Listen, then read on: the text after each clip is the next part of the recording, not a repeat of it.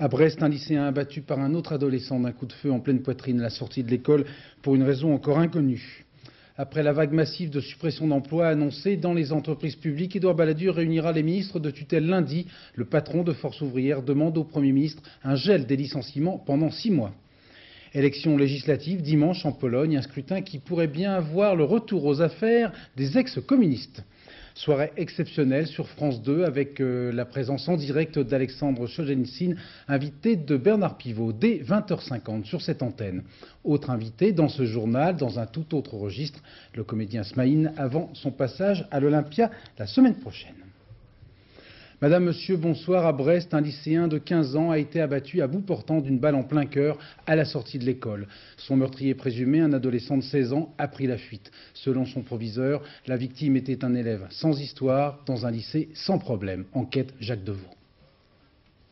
C'est au niveau de l'arrêt de bus que le jeune homme de 15 ans a été abattu à bout portant. La victime, un lycéen de seconde, élève sans histoire. Il allait prendre son bus, il était midi, une dizaine d'autres élèves attendaient aussi. Le meurtrier présumé a menacé quelques élèves qui étaient situés, à côté de la victime, mais malgré ces menaces, il y a eu beaucoup d'élèves qui se sont portés candidats pour témoigner. La police, qui a entendu les témoins tout l'après-midi, garde le plus grand silence. Il semblerait que le meurtrier sortait du lycée avec sa victime et qu'une altercation se serait produite. Dans un établissement sans histoire, les élèves sont frappés de stupeur.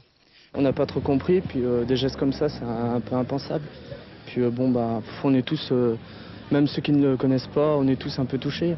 Ça nous fait un peu peur aussi parce que ça commence comme ça et puis c'est des gestes qu'on voit que dans les films et être confronté comme ça à la réalité, on ne sait pas comment réagir, quoi. Le meurtrier pourrait être un élève de l'établissement, mais peu d'éléments filtrent. La police veut mettre à profit ses nombreux témoignages pour mener une enquête que l'on veut rapide. Épilogue judiciaire d'une affaire sordide. Les jurés de la cour d'assises de la Meuse ont condamné aujourd'hui à 10 ans de réclusion criminelle, la peine maxima. Une agricultrice et son fils accusés de torture et de barbarie sur respectivement leur ex-belle-fille et ex-épouse. Éric Lemasson. À quoi pouvait-elle bien penser Georgette cet après-midi quand ces tortionnaires, le mot n'est pas trop fort, sont entrés dans la salle d'audience pour entendre la condamnation? Ces tortionnaires, son mari Jean-Pierre, sa belle-mère Jeanne. Acte de torture et barbarie, aucune circonstance atténuante ont décidé les jurés. Et si Thiebaud a des regrets, c'est uniquement de quitter sa ferme. Vous regrettez quelque chose? Ah oui, je regrette, bien sûr. Bien sûr que pourquoi je ne regretterais pas. J'ai tout perdu, moi. J'avais une grosse ferme, j'avais des biens, je vivais bien, j'étais heureux, quoi. Dans cette ferme de Vaux-la-Grande, village de la Meuse, pendant 17 ans, Georgette a subi de sa propre famille l'impensable. Battue, privée de soins, de nourriture, privée de liberté, par son mari, par sa belle-mère, mais aussi par son fils, conditionné dès l'enfance à la violence. Votre mère, elle vous frappait, elle? Non. Alors pourquoi est-ce que vous l'avez frappée, vous? Je sais pas, moi. Parce que je voyais tout le monde frapper autour de moi, quoi. C'était l'ambiance, quoi. Vous l'aimez bien, votre mère? Bah non, je connais pas trop, quoi. Et votre grand-mère? Ouais, j'adore. C'est ma grand-mère, quoi. C'est elle que je préfère le plus, quoi. Et votre père? Mon père? Ouais, ça va. Vous regrettez quelque chose, non? Ouais. J'aurais bien voulu avoir une autre famille, quoi. Ce n'est qu'en 1989, lors d'un incendie dans la ferme, que les gendarmes ont découvert Georgette. Reclue dans cette grange depuis des années, fréquemment attachée, elle pesait 35 kilos. Il lui faudra 30 semaines d'hôpital pour se remettre de ses blessures. Au village, on savait, mais on avait peur, alors on se taisait. Aujourd'hui, le calvaire de Georgette est terminé. Elle vit désormais loin de Vaux-la-Grande. Cette femme de 42 ans est redevenue simplement un être humain. Rebondissement dans un drame touchant cette fois la disparition d'un enfant de 10 ans à l'époque des faits, en 83. Il y a 10 ans, en effet, le jeune Mathieu disparaissait près de Castellane. Une information vient d'être réouverte par la cour d'appel d'Aix-en-Provence, car des éléments précis et des lettres anonymes laissent en effet penser que ce garçon a pu être enlevé par une secte. Enquête Valérie Hermite, Dominique Verdeillon. Après la disparition de leur fils Mathieu, ils ont pensé un moment quitter leur village des Alpes de Haute-Provence. S'éloigner pour survivre à la douleur. Seulement pour monsieur et madame Olbert, la solution de l'énigme est forcément dans la région. Alors, pas question de quitter les lieux. Mathieu, 10 ans et demi, a disparu le 25 juin 83. Depuis, plus rien, plus de nouvelles, une disparition mais pas de cadavre. En 87, les soupçons se portent sur un berger, Georges Laugier. En 92, ce dernier comparaît devant la cour d'assises de Digne. Laugier est acquitté. L'énigme demeure. 1 an et demi plus tard, la justice décide de reprendre l'enquête. Toujours chercher, toujours y croire et se dire que de toute façon il était normal qu'en 83 un enfant disparaît sans aucune trace et que les recherches soient abandonnées, enfin qu'il ne se passe rien, ça c'est pas possible. On n'a jamais admis ça. Je ne pense pas que les magistrats de la chambre d'accusation réouvrent un dossier 10 ans après sans avoir des éléments sérieux. 2 éléments nouveaux ont effectivement convaincu les magistrats qu'il fallait reprendre les investigations. D'abord une piste trop rapidement écartée, celle d'une secte près de Castellane. Ensuite une lettre anonyme reçue après le procès par les gendarmes. Je me méfie toujours, et on a raison de se méfier des lettres anonymes, mais je pense que quand un enfant disparaît, il n'y a, à mon avis, aucune piste qui doit être négligée, et c'est dans ces conditions que on va également rechercher dans cette direction-là, et se servant des précisions qui sont dans cette lettre. Dans les jours prochains, gendarmes et magistrats vont reprendre audition et perquisition. Quant aux parents de Mathieu, ils attendent simplement que la justice mette un point final à un mystère qu'elle n'a pas réussi à élucider depuis 10 ans. La crise économique, certes, ce n'est pas une consolation, mais les vagues massives de suppression d'emplois ne touchent pas que la France. La firme allemande Daimler-Benz vient en effet d'annoncer la suppression de 40 000 emplois d'ici 1994. En France, Édouard Balladur a décidé de réunir dès lundi les ministres de tutelle des entreprises publiques dans lesquelles des plans sociaux ont été annoncés ou envisagés ces jours-ci. L'objectif est d'éviter, dans toute la mesure du possible, des licenciements secs. Le secrétaire général de Force ouvrière demande officiellement au gouvernement un moratoire, c'est-à-dire un gel des licenciements pendant 6 mois. Marc Blondel s'en est expliqué auprès de Véronique Augier. Je considère qu'annoncer 13 000 licenciements venant d'entreprises nationalisées, c'est de la provocation. Surtout au moment où M. Balladur nous consulte pour mettre debout une loi quinquennale sur l'emploi. Il y a là un côté, je dirais, de provocation qui est inadmissible. C'est la raison pour laquelle j'ai demandé qu'on gèle les licenciements et je viens d'envoyer une lettre explicative à M. Balladur sur ce sujet. Geler les licenciements, mais pendant combien de temps? Moi, je souhaite 6 mois. Je ne crois pas beaucoup dans le plan de M. Balladur. Mais s'il doit avoir des effets, il ne les aura pas immédiatement. Alors qu'on prenne 6 mois et qu'on regarde. Et le cas échéant, peut-être que les dispositions économiques, notamment la baisse du taux d'intérêt, etc., pourraient redonner un petit peu une certaine relance économique aux choses. Pour tester la combativité des salariés, la CFDT, Force ouvrière, et la CGT appelaient aujourd'hui à une journée de grève dans les banques. Succès mitigé avec une manifestation de plus de 2000 personnes à Paris aujourd'hui, mais un taux de 10 à 30% de grévistes selon les centres. Frédéric Crotta. Si l'arrêt de travail de 24 heures décidé par FO, la CGT et la CFDT est passé presque inaperçu, c'est qu'en matière de banque, la machine s'est substituée à l'homme. Dès l'annonce de la grève par les syndicats, les banquiers ont prévu d'avancer à hier l'alimentation des distributeurs automatiques de billets. Pas de souci à se faire non plus pour ce week-end, car de toute façon, les machines peuvent être remplies à tout moment. Pour des opérations plus personnalisées, seule une poignée de provinciaux a trouvé aujourd'hui guichet fermé. 15% de grévistes selon les directions des grandes banques, 40% selon les syndicats. Ce qui est sûr, c'est qu'Arlette Laguillet, la plus célèbre des employés de banque, défilait à Paris avec 2 motifs d'inquiétude. Les syndicats s'interrogent d'abord sur la réforme et le financement des retraites. Selon eux, c'est le grand flou artistique. Et puis, ils ne veulent pas que l'on touche aux 2 jours consécutifs de repos hebdomadaire. L'abrogation d'un décret sur la durée du temps de travail pourrait généraliser l'ouverture des guichets en soirée et le samedi. Les publicitaires chargés de vendre, entre guillemets, la privatisation de la BNP ne chôment pas. La période de présouscription débute dès lundi prochain, tout comme la campagne à la télévision. Pour persuader les Français d'acheter des actions Paribas, les publicitaires avaient fait appel à une star très connue, Catherine Deneuve. Pour la BNP, ce sera un petit garçon anonyme. Campagne réalisée par l'une des grosses huiles de la pub, Jean-Paul Goude. Dès le départ, on est dans l'ambiance. Une ville qui pousse et le thème est lancé. Grandissons ensemble. Ensemble, c'est la BNP d'un côté et ses clients de l'autre. Première note corrosive, un empire financier bâti sur du sable. On sent bien la patte de Jean-Paul Goude, le Pygmalion de Grace Jones ou encore l'homme du bicentenaire. C'est l'histoire d'un petit garçon qui crée une machine merveilleuse à faire de la vapeur. Et maintenant, suivez bien le raisonnement de Goude. Qui dit vapeur, dit nuage. Qui dit nuage, dit orage. Qui dit orage, dit pluie. Onde nourricière qui fait germer les choses, les idées et les empires. Pour l'anecdote, le petit cycliste a été choisi parmi une centaine de candidats un jour qu'il faisait du patin roulette au Trocadéro. L'effort fut rude pour cette version goudesque du Petit Prince de Saint-Exupéry qui a échappé à une autre idée.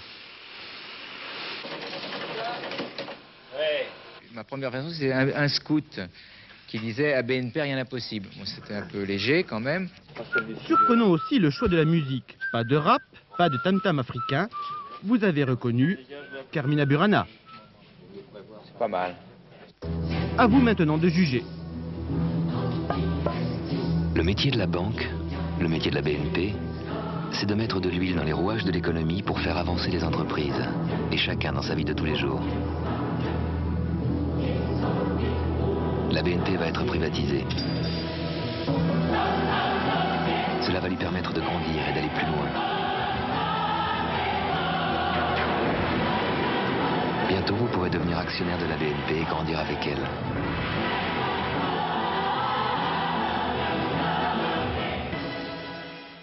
Sérieux grippage à Béthune avec le nouvel épisode dans le feuilleton Testu. La firme a été déclarée en cessation de paiement par le tribunal qui a fait part officiellement et publiquement, je cite, de son inquiétude sur le rôle exact joué par l'actionnaire majoritaire, autrement dit Bernard Tapie. Reportage Benoît Gadret, Gilles Balbastre. Les salariés de Testu ont découvert ce matin la vérité sur l'état de leur entreprise en entendant le jugement prononcé par la chambre commerciale du tribunal de Béthune. L'audience commerciale est ouverte, vous pouvez vous asseoir. Testu, fabricant de balances, entreprise de 600 salariés, filiale du groupe Tapie, est en état de cessation de paiement. Le jugement rendu ce matin met directement en cause la méthode Tapie. La chambre commerciale considère en effet que par ses décisions, le groupe Bernard Tapie Finance a en quelque sorte écrasé de charges financières la société Testu.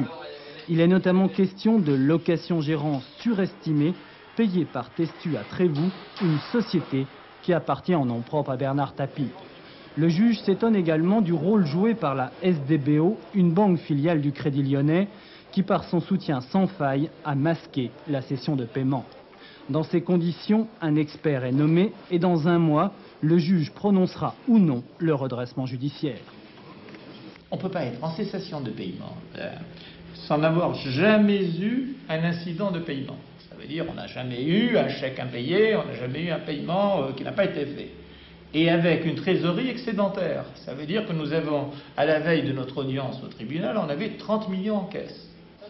Ce jugement de la chambre commerciale intervient alors que la justice, pénale cette fois, s'intéresse elle aussi à Testu. Plusieurs informations judiciaires ont été ouvertes au tribunal de grande instance de Béthune, dont une pour abus de biens sociaux. Deuxième tour après-demain dimanche dans la législative partielle de Saint-Nazaire après l'invalidation de l'élection de mars dernier par le Conseil constitutionnel pour diffusion de tracts diffamatoires à l'encontre du candidat socialiste Claude Évin. Le duel s'annonce serré entre l'ancien ministre de la Santé et le député RPR invalidé Étienne Garnier. Reportage Thierry, Pascal Ponce. Battu au premier tour, Claude Évin réussira-t-il à conduire à nouveau Saint-Nazaire vers la gauche? Élection locale, enjeu national. Pour la gauche, prouver qu'elle se porte mieux grâce à un ancien ministre de la Santé et qu'elle est capable de récupérer un fief traditionnel. Pour la droite, prouver qu'elle peut traduire dans les urnes ses succès dans les sondages. Au premier tour, Claude Évin a obtenu 34% des voix, devancé par le RPR Étienne Garnier, 38% des suffrages. Dimanche, la clé du scrutin sera dans les mains des communistes, 11%. Un ballon d'oxygène dont a absolument besoin l'ex-ministre pour prendre une revanche. Écoutez, moi j'ai observé au cours de cette campagne d'abord un positionnement clair et net de la part du candidat communiste et de la part du Parti communiste. Selon les chiffres, Claude Évin serait donc bien placé au deuxième tour. Mais Étienne Garnier, candidat de droite qui devrait bénéficier des 4% du Front National, fait remarquer avec malice qu'entre les décisions du parti et le choix de son électorat, il y a toujours une inconnue. Jamais il n'y a eu dans cette circonscription de report de ce que M. Évin appelle les forces de gauche et de progrès sur lui. Scorceret à prévoir, tout est encore possible. Frisson garanti chez les états-majors locaux et nationaux. Dimanche, pêche au bulletin et ouverture de la chasse. La chasse, une longue tradition en Brière, ce qui ne favorisera pas la participation.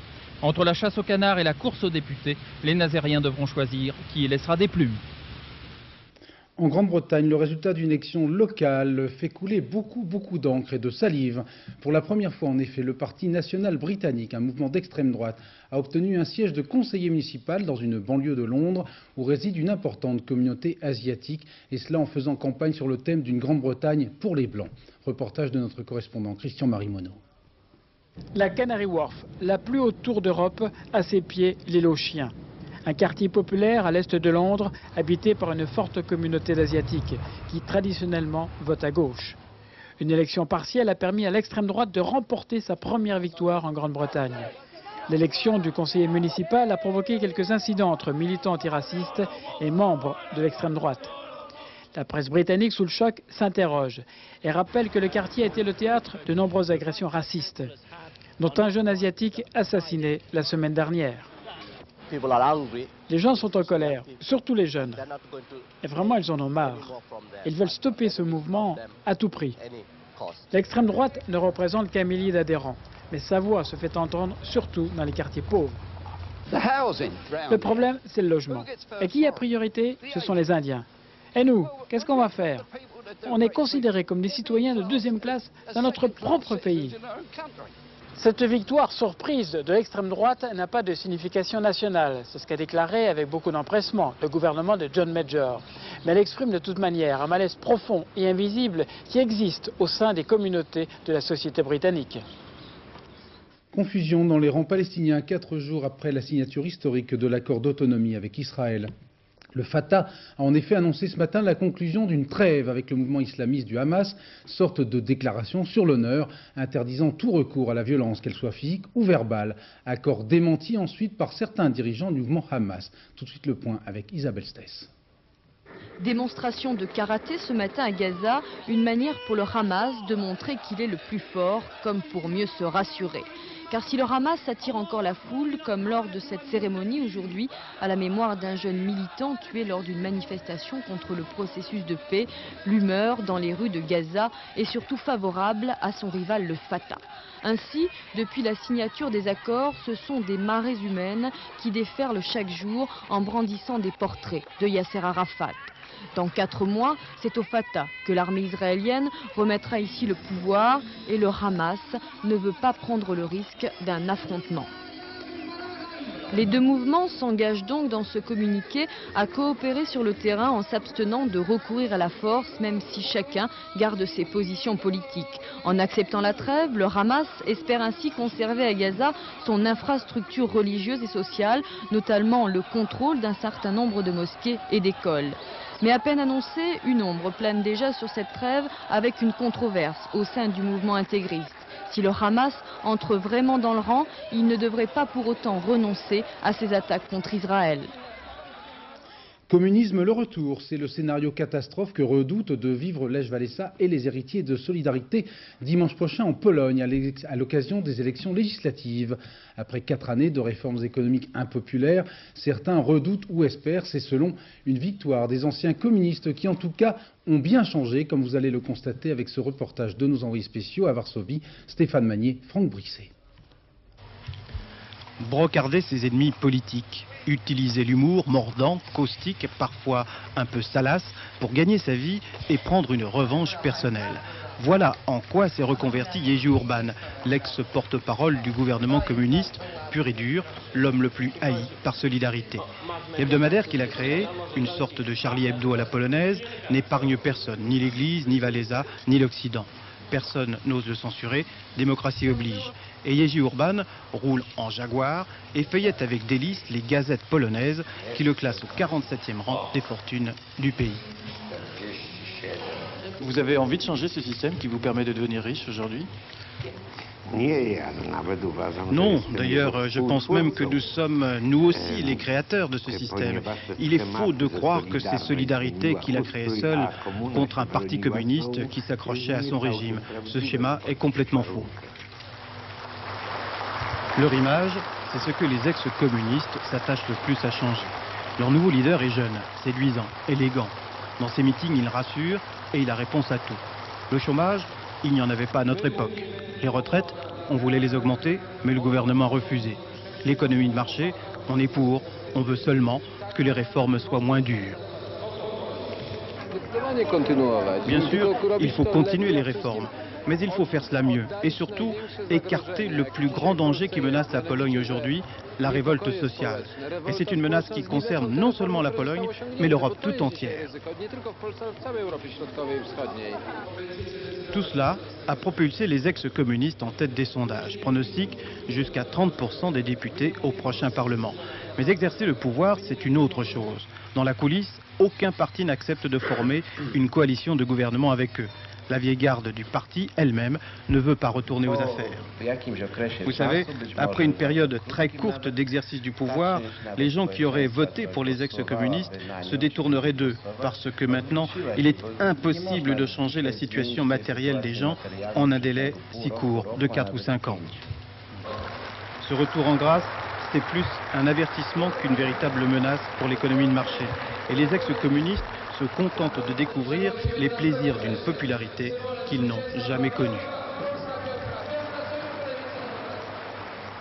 Demain, à 13h20, juste après le journal, le magazine de Claude Sérillon, Géopolis, sera bien évidemment consacré à la situation en Pologne. Événement politique et littéraire ce soir sur France 2 avec la présence en direct dans nos studios, vous le voyez arriver dans nos locaux, la présence dans nos studios d'Alexandre Solzhenitsyn qui participera juste après ce journal à un bouillon de culture tout à fait exceptionnel. Âgé de 75 ans, le prix Nobel de littérature effectue actuellement une tournée en Europe, une tournée d'adieu et de reconnaissance aux personnes qui l'ont accueilli il y a une vingtaine d'années, juste après son bannissement du RSS en 1974.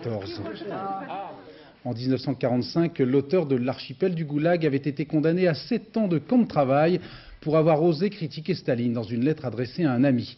Grâce aux travaux d'un historien français, Nicolas Wertz, publié dans le mensuel L'Histoire, on en sait maintenant un petit peu plus sur les vrais chiffres du Goulag. Commentaire Gilles Rabin. Mars 1989. La perestroïka de Gorbatchev avait tout juste 4 ans et pour la première fois à Moscou, on évoquait au grand jour ce que tous savaient mais tous taisaient, le Goulag. Déporté à 15 ans avec ses parents et fusillé. Poème écrit au Goulag. Ma femme, on m'a enfin donné un manteau. Avec les 30 roubles que tu m'as envoyés, je vais pouvoir m'acheter des bottes. Je travaillais dans le Grand Nord à la construction d'une ligne de chemin de fer au camp du kilomètre 501. Levé à 7 heures, une soupe, 12 heures de travail sur la toundra, la neige, les chiens de garde, tous les jours pendant 6 ans. Cette longue litanie de récits laconiques par les victimes anonymes du Goulag avait provoqué à l'époque un traumatisme violent pour ceux qui étaient encore des soviétiques et qui ignoraient tous ou presque l'œuvre de Solzhenitsyn. L'opposant le plus emblématique du système communiste soviétique qui estimait à 10 millions le nombre total de déportés de l'archipel du Goulag à la fin des années Staline. Aujourd'hui, les archives secrètes du KGB se sont ouvertes et ces chiffres doivent être révisés à la baisse, même si au total le régime de Staline aura effectivement brisé près de 10 millions de vies. L'histoire a englouti l'archipel du Goulag, mais certains camps servent encore, officiellement, pour les droits communs. Jamais 203, après avoir accueilli Solzhenitsyn en 75 et en 83. Bernard Pivot retrouve une troisième fois le prix Nobel de littérature. Bernard, je vous passe le relais. Vous êtes à quelques mètres de moi et je vous laisse présenter votre invité exceptionnel de ce soir. Il n'est pas là, il se repose, il sera là dans un moment. Il viendra s'asseoir sur cette chaise, vous voyez. Il sera là et en face de lui, il aura 3 journalistes et intellectuels qui, avec moi, lui poseront des questions. Et je ne sais pas si vous voyez, mais c'est la masse de photographes. Il y a des années qu'il n'y a pas eu autant de photographes devant moi et des télévisions étrangères. Et ces 20, 25, 30 photographes, plus toutes ces télévisions, prouvent combien, évidemment, la présence de Solzhenitsyn est un événement aujourd'hui à Paris parce que ça sera repris dans pas mal de télévisions, parce qu'il va dire des choses évidemment qui sont importantes pour son retour en Russie, puisque ça sera probablement la première question que je vais lui poser. Quand finalement reviendra-t-il en Russie? Je crois que c'est imminent, mais il nous donnera plus de précisions tout à l'heure. Et puis Bernard, vous avez aussi d'autres invités plus politiques et pour parler peut-être un peu plus politique que littérature. On parlera, vous savez, c'est difficile avec Alexandre Solzhenitsyn de dissocier la littérature de l'histoire et de la politique. Elles ont toujours été intimement liées. C'est un des grands témoins du siècle, mais c'est aussi l'un des grands acteurs. Il a changé la face du monde et ce sera une des choses que je dirais évidemment d'entrée de jeu. Et peut-être, je ferai d'ailleurs un petit film de 2 minutes pour les plus jeunes téléspectateurs pour leur dire qui est Solzhenitsyn et quelle importance prodigieuse il a eue dans la marche du monde. Merci Bernard. Donc soirée exceptionnelle, horaire exceptionnel, Bouillon Culture ce soir à 20h50, suivi de la projection d'un téléfilm adapté précisément de l'œuvre de Solzhenitsyn, Le Premier Cercle. L'aviez-vous déjà remarqué, les termes juilletistes et haussiens sont passés dans le langage courant, mais il n'existe aucun mot pour qualifier les vacanciers de septembre. Peut-être parce qu'ils ne représentent que 8% de celles et ceux qui ont la chance de pouvoir partir en vacances. Contrairement à une idée reçue, ce ne sont pas seulement des retraités, loin de là. Reportage en Bretagne, Alain Doubeski, Claude Barnier. Il y a le genre père tranquille et le genre sportif. Ils ont en commun de choisir le mois de septembre pour passer leurs vacances. Un choix qu'ils partagent avec d'autres. D'abord avec ceux qui n'ont pas d'enfants en âge scolaire. C'est sympa pour se promener, on ne fait pas la queue dans les boutiques, dans les magasins. Et pour un petit bébé, c'est beaucoup plus agréable. Ensuite, les retraités, ceux qui ne veulent pas être bousculés. Je peux choisir mon moment, mais même avant, j'avais une profession où je pouvais faire ce que je voulais un peu pour mes vacances. J'ai toujours choisi septembre parce qu'il y a quand même moins de monde. Sur les 58% de Français qui partent en vacances, 8% le font au mois de septembre. Ce chiffre est en constante augmentation depuis 10 ans. Nous avons, disons, pris l'habitude de venir au mois de septembre à la cure de thalassothérapie pour une raison bien simple, qui est qu'on passe mieux l'hiver quand on est à la retraite. On n'a pas à subir les températures de juillet et d'août et c'est beaucoup moins fatigant. Pour être honnête, tous n'ont pas vraiment choisi septembre. Mais finalement, ils ne regrettent pas, bien au contraire. En étant étudiant, il n'y a que juillet et août pour travailler et donc il ne reste plus que le mois de septembre pour partir. C'est sympa septembre? Ah ouais, c'est calme, tout est moins cher. Encore une bonne raison de partir au mois de septembre, la voici. Elle s'adresse directement aux plaisanciers, de plus en plus nombreux. C'est qu'on trouve beaucoup plus de place dans les ports. On arrive comme ça à l'improviste et on a une bonne place au ponton sans avoir à se mettre à couple avec d'autres bateaux. Ces grandes plages où l'on peut jouer, courir, pêcher, en France, en été, au mois de septembre, on les doit au mauvais étalement des vacances scolaires, aux nombreux secteurs de notre industrie qui ferment au mois d'août. Grâce au poids des corporatismes, grâce aux partis pris, aux habitudes, les amoureux de septembre ont encore de beaux jours devant eux. Voilà, et bonnes vacances. Et tout de suite, le dicton du jour. En fin de semaine, pourquoi ne pas recevoir semaine? Oh là, bien. D'autant que le comique, mime, poète et comédien sera à l'Olympia à partir de mardi, avant une tournée en province. Avant de le passer à la question, tout de suite une petite compilation concoctée par Vincent Guérard. Ah ouais! Enfin un beurre président!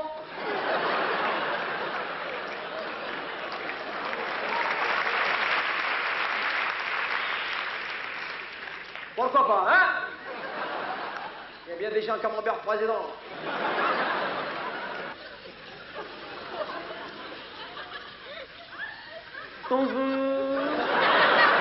Le dimanche, on se retrouvait avec les copains. Il y avait Nordine, Aziz, Da Silva. On allait à l'hippodrome de Vincennes.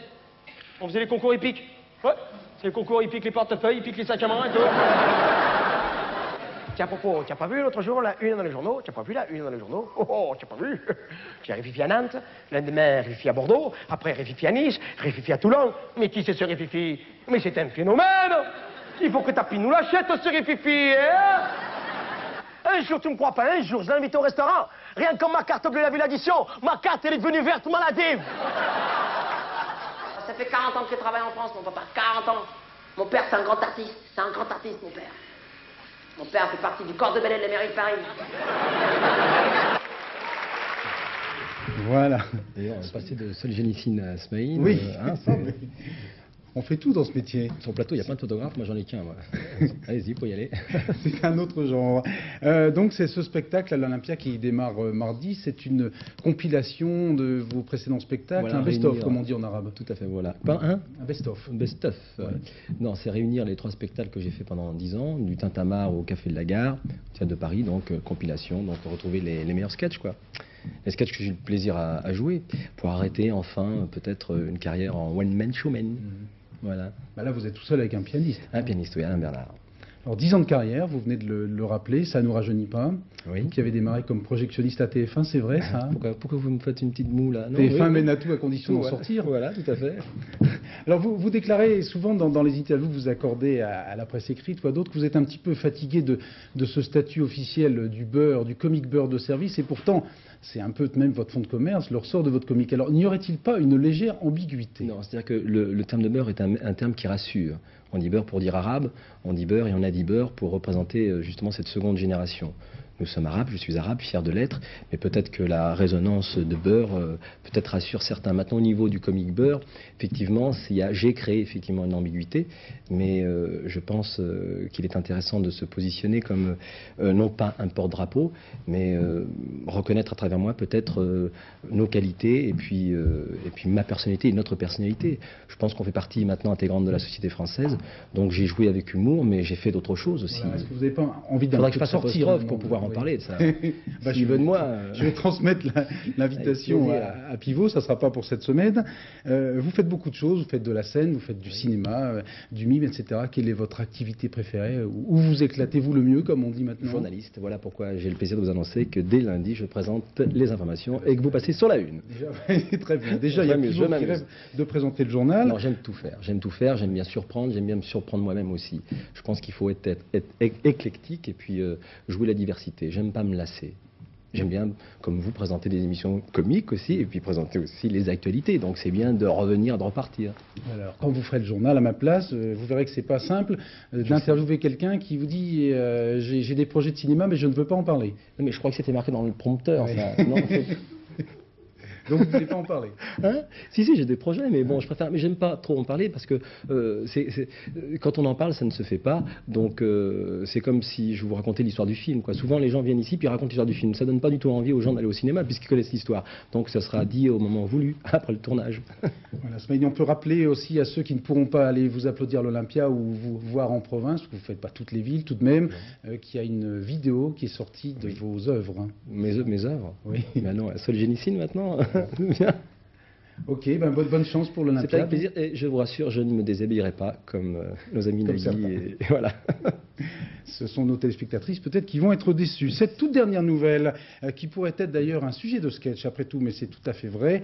Un homme de 27 ans qui est sorti avant-hier de la prison de Saint-Brieuc après y avoir purgé une peine de 15 jours de prison pour conduite en état d'ivresse. Eh bien, ce jeune homme y est retourné dès jeudi et cela pour 3 mois ferme pour avoir simplement un peu trop arrosé sa libération avant de reprendre le volant. Voilà.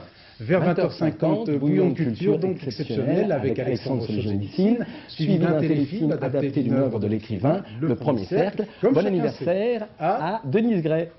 Le dicton à la Saint-Renaud, ça roule. Demain, retrouvez Paul Amar à 13h et à 20h. Et tout de suite, vous pouvez tourner s'il vous plaît non. Tout de suite. Oui. Le sourire de Nathalie Riouet, sourire à la grimace dans le sud, où pluie et nuages sont au programme demain. Générique. Merci Smaïn. Générique. Bonsoir.